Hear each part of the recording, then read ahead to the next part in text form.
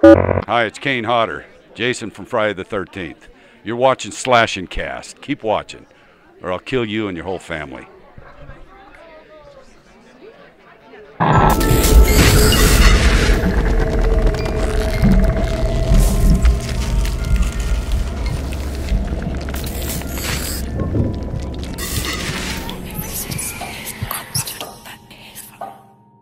What's going on, horror fans? Welcome back to another episode of Slash and Cast. My name is Riley, and that is Nick. And before we get things started, as always, let's drop some updates for you. First of all, if you want to play Friday the 13th game with us, or any other game in general, make sure you drop into our groups, communities, clubs across all platforms.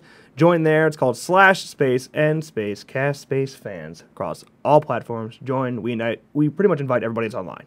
So if we're on there, we'll invite you. Make it happen. Right. We also have our own Discord server. We chat in there pretty often. It's a good place to find all of our content and the different channels. Also, we host a movie night every week where we play different movies with different drive-in elements going on before and during the intermissions. You need to be part of the Discord server to participate in movie night. Yeah, you don't want to miss those. They're freaking awesome. Yes. All right, they're a good time. All right, let's jump into the old topics, huh? Of course, we're opening up a Friday the 13th, the game. Now, we did just post a video about this like 3 days ago, but we figured we'd bring it here, people that are exclusively to our channel, just for Slash and Cast. So, single player, all right? Wes Keltner came to his Twitter, dropped a new storyboard image from taken 18 months ago that they made the storyboard image, and it shows just counselors running to a barn, right? But it's something different. It's a cinematic image. So it basically is showing us that there's more to it than just 7v1 AI bots, okay? We do know the single player will include that. You will be Jason versus 7 AI counselors. Totally makes sense. But there will also be objective-based missions that relate to the films directly.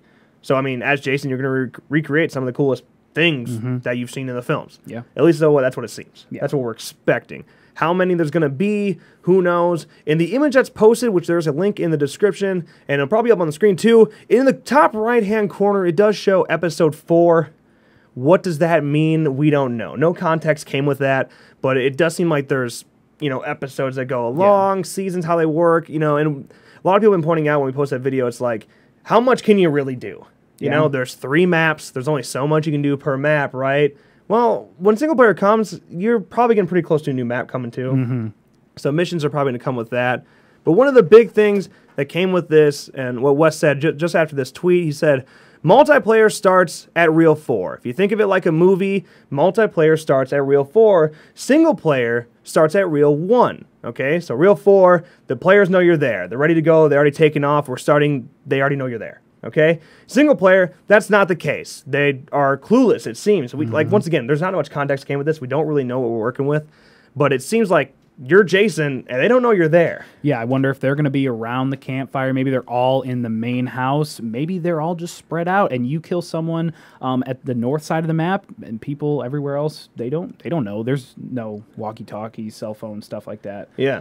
So, I mean, we were nervous that it was like, maybe that makes it too easy for Jason. I mean, they're not ready. Yeah. Like, what are they going to do? They can't prepare. But then how AI works, like, how can they do that? Are they just going to be built so once they know there's Jason, they're going to run straight towards the part, then they're going to run straight and put it on and be perfect? Yeah. That's a good question. Yeah. AIs are confusing. It's a very confusing thing. Yeah. But, I mean, hey, you do know that 7v1 is still there. But it's cool to know that it's more than just that, though. Like, we were kind of nervous. Like, we knew the objective thing was there, but we thought it would just be things that you could do, like more achievements, really. Yeah. But actually, there's, like, kind of a story, it seems like. Not really a story mode. Don't want you to get, like, overhyped for a story mode or anything, because that's not what it is. But it is more story-related than anything. So that's cool. If you want to check out our video that actually covers single player directly, it's only like 2.5 minutes. It's short, but it's directly about that. So go check it out. All right. With that, let's move on to some pretty cool news, okay? We've been talking about Cult of Chucky for a long time, all right? Waiting for that trailer, waiting for the trailer. It came, all right? So we're going to risk it all right now today, and we're going to show that on the show. Hope you guys enjoy. Check out this trailer for Cult of Chucky. I was 6. My babysitter was murdered. And they never caught him? Justice was done. Wanna play? Mika, the murders were real. Chucky never was. That's right. He was a fantasy, a delusion. Are you feeling better now? I don't blame you for being afraid. I was very ill. Chucky told me. He's coming for you. It's important that we all explore it together as a group. I think I have something that will help. Whoa. Hi, I'm Chucky. Wanna play? First, he'll kill each and every one of you in the most horrible ways you can imagine. And then he'll kill me too. Come to mommy. Oh, come. Are you afraid of the truth? Terrified. You should be too. Night night. And they call me sick? Wait a minute, there's two of them? He'll kill us all!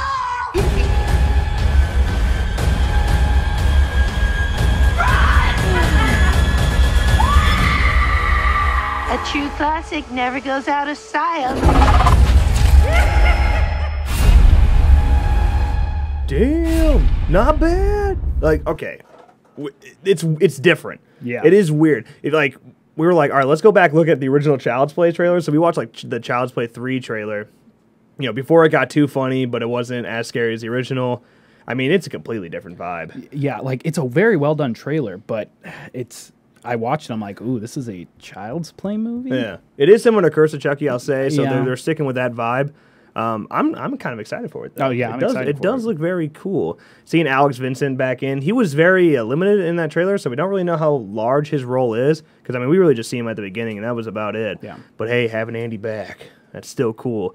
So, I mean, it's pretty much what we've been talking about. We got the gist of things. She is being, told that Chucky wasn't a thing. Yeah. Like, it didn't happen. I made it up. It's in my head. All right, we're moving on.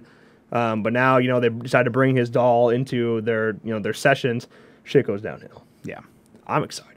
I think it looks freaking sweet. Yeah. And I'm hoping it's good. Okay, they seem super excited for it. Don Mancini seems real pumped for it. I mean, Yeah. it's like it's his cover photo right now. Yeah. He's been sharing the trailer over and over again, quoting everybody's tweets. So it's good to know they're super pumped for it. I'm pumped for it. Hope things go well. All right. Cult of Chucky. Not too shabby. Let's move on to our next line of news, however, which is Leatherface. Okay, now we haven't talked about Leatherface in a while, other than the fact that we knew it was going to come in October.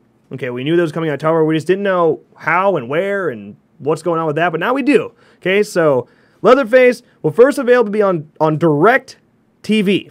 Okay, will first be available on Direct TV on September 21st. Okay, after that, it's going to have a limited theatrical run, okay, and full video on demand release on October 20th. That's weird. It's also TV is getting an exclusive here. Yeah. It's also a really, really short, limited theatrical run. Yeah. I mean, it's going to have like 2 weeks of theatrical run, and then, boom, video on demand. There you go. Yeah. So, that's interesting. Yeah. So this also came with some new images, but they do contain spoilers. We're not going to show them on here. View at your own risk. Links in the descriptions. What we can tell you is that when Bloody Disgusting talked with the filmmakers, they said the film is a brutal and nihilistic road movie that we hope will surprise and delight the fans. So they're in on it. Yeah, Bloody Disgusting's in on everything, though. So, it doesn't matter how shitty the movie is. They're going to talk it up. Yeah. It's their jobs, right? Yeah. But it does make me a little nervous that it's going, to TV first. Well, to Direct TV first. Yeah. I don't really understand why they do that. But it also could be so brutal that would be the case. But then why would it go to TV first? I don't know. The new synopsis we have is pretty interesting, too. The idea that you're going to have 4 people and then Leatherface is going to become himself somewhere in between the film. Yeah. Like I said, it's a prequel. So we're running with that idea, which I don't like prequels anyway. So I'm already kind of on the edge with this film as it is. I can't wait to see it. I think it's. Let's hope for the best. Prequels make me nervous, but when done well, they can be pretty epic. Okay, so let's hope Leatherface isn't complete trash. And we're getting in October. And we're getting in October along with Chucky. What else is coming in October? Why am I zoning everything out? Gosh, October is epic. It's loaded with films this year. Yes. So get ready, horror fans. It's going to be a good year. Okay. Let's move on to our next line of news, and this could be upsetting, okay? Just prepare yourself. The Conjuring 3, okay? We have now learned that New Line Cinema has chosen David Leslie Johnson to write the screenplay for The Conjuring 3. That's not the bad news. That's okay. At this time, there are no details on the story of the film, but it's expected to follow up part 2 and is expected to focus on another case file from paranormal investigators Ed and Lorraine Warren. Okay? That shit you expected. Okay? Patrick Wilson and Vera Farmiga are expected to come back. That's fine. But in addition to that, we have learned that James Wan will not be directing The Conjuring 3, and at this time, there has not been a director put in place. Wow. So the good news is, on top of that horrible news, Wan is still expected to produce a project with Peter Safran. He produces everything, so whatever, that doesn't really mean anything. The fact that Wan isn't directing, that scares the shit out of me. Is there a reason? I don't know. Maybe he's just tired. I don't think he didn't really do the franchise thing in general. He stepped out at Insidious 3. Now he's stepping out at The Conjuring 3. He stepped out after Saw right away. Like, he doesn't seem like a franchise guy. Yeah, which I get. I can respect him for But there could be other reasons as well.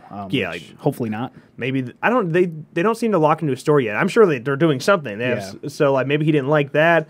I think it's as simple as he just doesn't want to keep doing the same shit over and over again, which is respectable. Yeah, like, he's got bigger and better things to do. And more good news is like what we talked about, the fact that like they aren't doing just another haunted house film. Yeah. So that could be nerve-wracking too, though, because now what we knew from The Conjuring 1 and 2 was so popular and so beloved. One of the big pieces of that puzzle was James Wan, okay, and then the haunted house factor. Now they're stepping away from the haunted house factor, it seems like, going into something new, and James Wan isn't there to fix that problem either. So, I mean, it could be a complete fucking disaster. It could be. I mean, I'm scared. Well, look at Annabelle. Well, the first Annabelle's garbage. Look at Annabelle 2. But that one's okay. Yeah, exactly. So James Wan being a producer, not just a director, not that bad. Yes, I mean, there's hope. It's not like I'm not saying James Wan's gone, it's garbage. Yeah. Like, there's still, it can still be good. There's a lot of talented horror directors out there. It's just like the guy that kills the haunted house films, it's James Wan. Yeah. The guy's incredible, and I wish he'd stick with it, but hey, respect his choices, I guess. I'm just still bummed out. All right, last line of news today. It's an interesting one, and one we actually haven't talked about, which we definitely should have in the past, but hey, now the time has come. Let's do it. American Werewolf in London remake, okay? Now, back in November, we learned that Max Landis, the son of original director John Landis, will be writing and directing the remake of American Werewolf in London. Max Landis recently appeared on the Rugged Man podcast, where he dropped some decent-sized news on the upcoming project. Wow. So in that interview, he talked about the use of practical effects and CGI. He said, quote, "The thing I would do with CGI where I was directing this film would be leg movement, and I would have the entire wolf's face, back, and body be practical, and then I would fully CGI the legs for organic movement. If you remake American Werewolf and transformation scene isn't practical, you have fucked up." True. I'm glad he at least has that in his head. Yeah. I'm kind of interested where he's going with the legs and like what he... I guess, like, it should be, like, dog legs. It should be, I think that's what he's up, going hooked for. up. So that makes sense, I guess, without having to waste money on animatronics.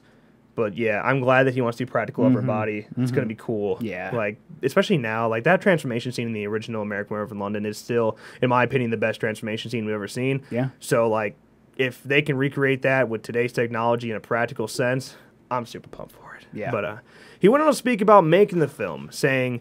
"We'll see if I can do it. We'll see if I can pull it off. We'll see if they can even make it. My goal is I feel like all the best remakes focus on one thing in the original movie. Take a lot of the images of the original and then remix that really tightly. With American Werewolf, I'm doing that, but I'm also just going to try and do American Werewolf as best as I can. We'll see. I can't make no promises." Hey, so, I mean, what I take from that is that he's terrified to make a remake. Yeah. You can't blame him. It's like, hey, remakes tend to suck. I'm doing my best not to make that happen again. Yeah. Like, especially with something as iconic as American Werewolf in London. And it's such a unique film. It's very different. Yeah.